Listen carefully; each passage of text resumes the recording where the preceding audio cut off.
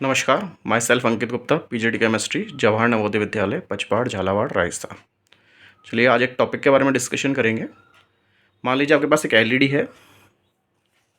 इस एलईडी को आप ब्लिंक कराना चाहते हैं।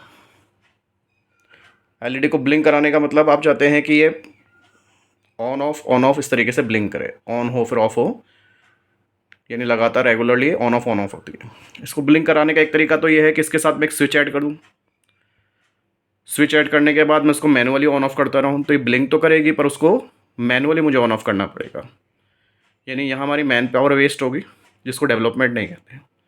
डेवलपमेंट किसको कहा गया है? जब मैन पावर को कंजप्शन कम किया जाए और मशीन का कंजप्शन बढ़ाया जाए। यानी कि ह्यूमन पावर या मैन पावर वो तो डीएक्टिवेट हो जाए और मशीन पावर एक्टिव होती जाए। यही डेवलपमेंट है। जैसे पहले फ़ैन चला करते थे, हाथ से पंखा चलाते थे हम और उससे हवा आती थी, यानी मैकेनिकल हम वर्क डन करते थे। और आज वही काम इलेक्ट्रिसिटी की हेल्प से केवल एक बटन ऑन करके हम बैठ जाते हैं और वो फ़ैन हमें हवा देता है, यानी कि इलेक्ट्रिकल एनर्जी को मैकेनिकल एनर्जी में कन्वर्ट करते हैं। तो यहाँ भी इसके साथ यही है कि मैं इसको ब्लिंक कराना चाहता हूँ। ब्लिंक कराने के लिए पर मैं डायरेक्ट मैनुअल पावर का यूज़ नहीं करना चाहता हूँ, यानी बटन से बार बार ऑन ऑफ नहीं करना चाहता हूँ। मैं चाहता हूँ ये काम करंट करे। अब मान लीजिए इसमें करंट फ्लो करने के लिए मैं इसको एक बैटरी से ऐड करता हूँ। 9 वोल्ट या 5 वोल्ट की कोई बैटरी से ऐड कर देता हूँ। अब जैसे ही बैटरी से मैं इसको ऐड करूँगा तो जैसे ही इसमें करंट फ्लो होगा ये ऑन हो जाएगी और ये ऑन ही बनी रहेगी। अगर करंट इसमें फ्लो होता रहेगा तो ये ऑन ही रहेगी। ऐसा तो है नहीं कि ब्लिंक करेगी, ऑफ भी होगी, ऑन भी होगी। यानी रेगुलरली का इसमें करंट फ्लो होता रहा, डीसी करंट, तो ये ऑन ही रहेगी, ये ब्लिंक नहीं कर सकती है। यानी डायरेक्ट करंट से भी हम इसको ब्लिंक नहीं करा सकते। तो इसका क्या सॉल्यूशन है? तो इसका सॉल्यूशन है 555 टाइमर आईसी। आपके सामने एक डायग्राम बना हुआ है जो कि एक 555 टाइमर आईसी का है। मैं इसका लुक भी आपको दिखाता हूँ। ये जो यहाँ बीच में सर्किट में एक आईसी अपने यूज़ कर रखी है, 8 पिन आईसी होती है। ये जो आईसी है ब्लैक कलर की, ये है 555 टाइमर आईसी। अब ये कैसे वर्क करती है, इसका पिन लेआउट क्या होता है उसके बारे में समझा देता हूँ। अच्छा, इसके अंदर 8 पिन आईसी है। ये जो इसका ये है, ये इसका हेड कहलाता है, जो इस तरीके से कर्व दिखा हुआ है। और राइट साइड से इसकी पिन की काउंटिंग होती है 1 2 3 4 5 6 7 8। इसकी जो फर्स्ट नंबर की पिन है वो उसका ग्राउंड होती है, यानी इस पर बैटरी का नेगेटिव ऐड किया जाता है। और जो 8 नंबर की पिन है वो वीसीसी होती है, यहाँ पर इसका पॉजिटिव ऐड किया जाता है बैटरी का। यानी इसको जो सप्लाई मिलेगी 1 और 8 के बिटवीन मिलेगी। यहाँ से बैटरी का पॉजिटिव और यहाँ से बैटरी का नेगेटिव ऐड करके इसको आप स्टार्ट एक्टिवेट कर सकते हैं 555 टाइमर आईसी को। अच्छा, इसको टाइमर आईसी इसलिए बोलते हैं कि इसके अंदर जो सिग्नल है वो एक पर्टिकुलर फ्रिक्वेंसी के साथ आते हैं। जैसे मान लीजिए इसमें सिग्नल ऑन आ रहा है, फिर ऑफ आ रहा है, ऑन आ रहा है, ऑफ आ रहा है, तो एक रेगुलर इंटरवल के बाद ही वो ऑन ऑफ होगा। यानी एक पर्टिकुलर टाइम के लिए ऑन, फिर पर्टिकुलर टाइम के लिए ऑफ, फिर ऑन ऑफ, यानी इसके अंदर टाइमर सेट हो जाता है, यानी क्लॉक की तरह काम करता है इसके अंदर सिग्नल। इसके अंदर एक ट्रिगर पिन होती है, एक आउटपुट पिन होती है, एक रीसेट पिन होती है, एक कंट्रोल वोल्टेज पिन होती है, एक थ्रेशोल्ड होती है, एक डिस्चार्ज होता है और एक वीसीसी मैंने आपको बता ही दिया।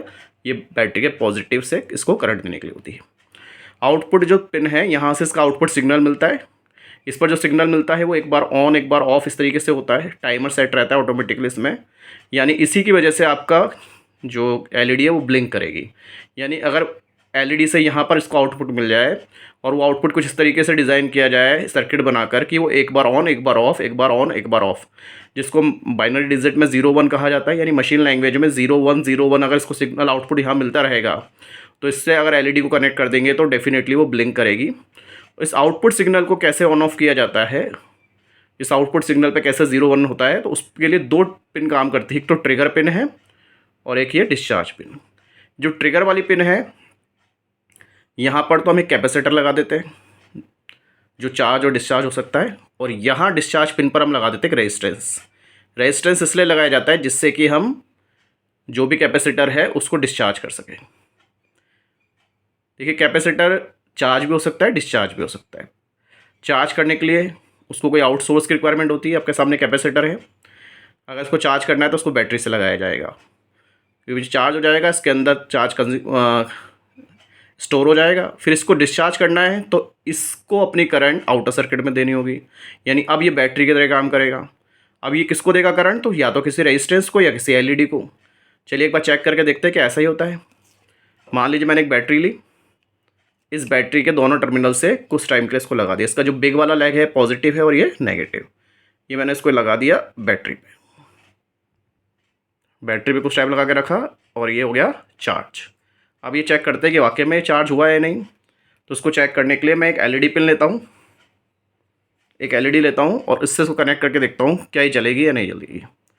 तो ये बैटरी का भी बड़ा वाला जो लेग है पॉजिटिव है, छोटा नेगेटिव। तो एक बार देखते हैं इस पर क्या इफेक्ट आता है। तो मैं दोनों को टच करता हूँ और इसको ऑब्जर्व करता हूँ। ये मैंने इसको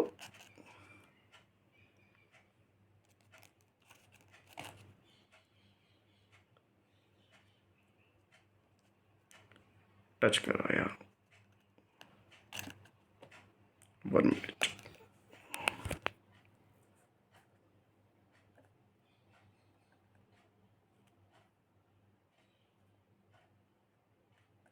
ये टच करा दिया, देखिए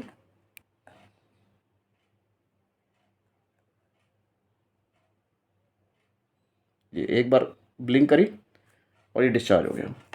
इसका मतलब ये है कि इसके अंदर जो करंट था एलईडी इस कैपेसिटर के अंदर, वो एलईडी के अंदर आया पर कुछ ही सेकंड के लिए आया और उसमें ही वो डिस्चार्ज हो गया।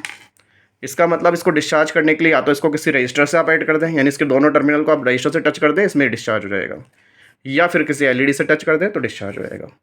तो अब हमें क्या करना है, इसमें इस कैपेसिटर को एक बार चार्ज करना है और एक बार डिस्चार्ज करना है।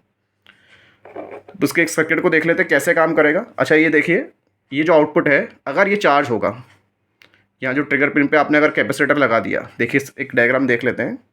यहाँ डायग्राम में मैंने ट्रिगर पिन पे कैपेसिटर लगा रखा है 10 माइक्रोफैरेड का, और ये डिस्चार्ज पिन पे एक रजिस्टर लगा रखा है। सर्किट के बारे में नेक्स्ट वीडियो में डिटेल में डिस्कस करेंगे। अभी इतना देख लेते हैं कि यहाँ पर ये कैपेसिटर है 10 माइक्रोफैरेड का और 10 किलो ओम का एक रेजिस्टेंस यहाँ लगा रखा है।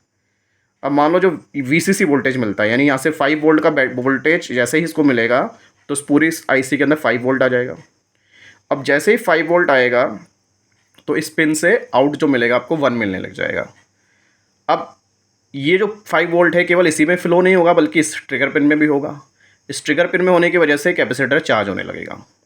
अब ये चार्ज होते होते जैसे ही इसका वोल्टेज बढ़कर जो आपकी ये 5 है जो आपने इसको सप्लाई किया था उसका 2/3 आ जाता है, यानी 5 का 2/3 निकाले तो कितना होगा, तो 5 का ये 2/3 आप देख रहे हैं कितना हो जाएगा, 3.3 वोल्ट।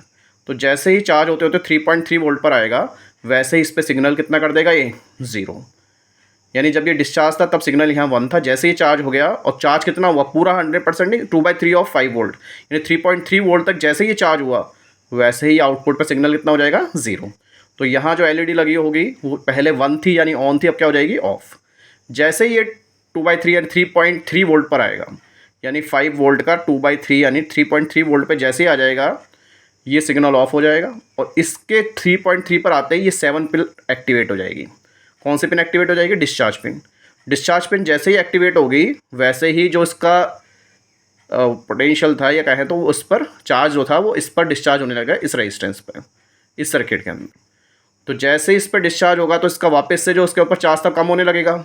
अब कम होते होते जैसे इसका पोटेंशियल 1/3 रह जाएगा, 5 वोल्ट का 1/3 जो कितना हो जाता है, तो यहाँ देखिए 5 वोल्ट का 1/3 होता है 1.7 वोल्ट। तो जैसे ही यहाँ 1.7 वोल्ट आ जाएगा वैसे ये अगेन क्या होने लग जाएगा, इस पर सिग्नल 1 हो जाएगा।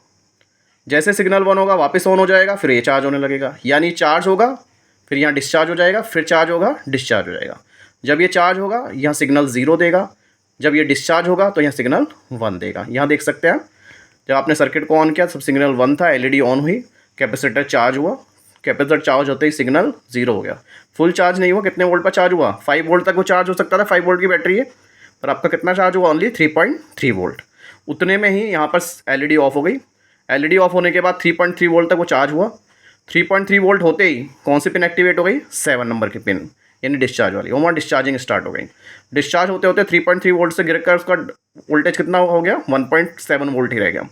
जैसे ही 1.7 वोल्ट रहेगा इसका डिस्चार्ज होकर ये ऑन हो जाएगा। ऑन होने का मतलब ये एलईडी भी ऑन हो जाएगी 1 पर। तो इस तरीके से स्टार्टिंग में ऑन थी एलईडी 1 सिग्नल पे, फिर 0 पर ऑफ हुई, फिर 1 पर ऑन हो जाएगी।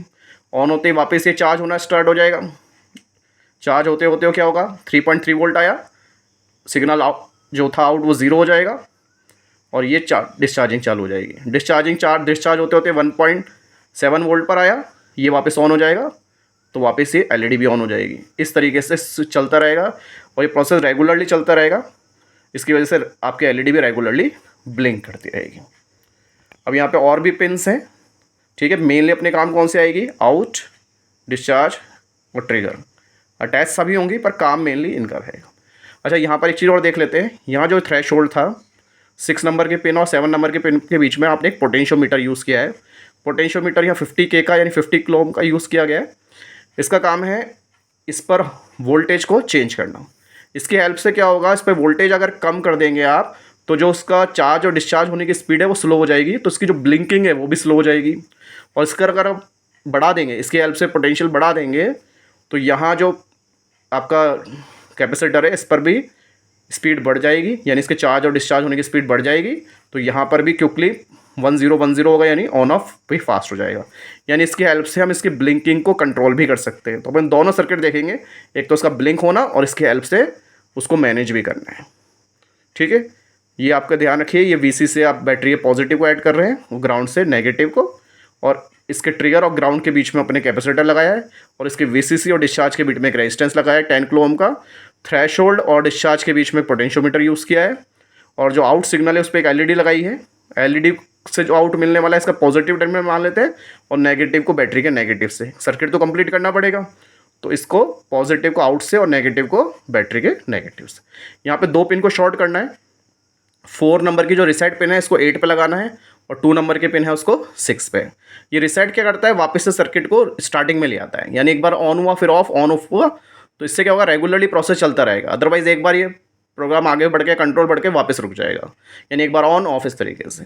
तो इसको रीसेट करते रहना, रेगुलरली प्रोसेस बढ़ता रहेगा, ऑन ऑफ ऑन रेगुलर चलेगा। तो रीसेट पिन को कनेक्ट शॉर्ट कर देना है पॉजिटिव से, यानी रीसेट को पॉजिटिव वोल्टेज देंगे तो ये automatically working regularly going on रहेगी। और 6 नंबर के पिन को ट्रिगर से शॉर्ट कर देना है। तो ये 2 शॉर्ट आपको करनी है, और उसके बाद इसको खाली छोड़ सकते हैं कंट्रोल को, अब इसका कोई खास यूज़ नहीं है। तो इस तरीके से ये 555 टाइमर IC की हेल्प से हम LED को ऑन ऑफ कर सकते हैं। चलिए इसका प्रैक्टिकली देखते हैं।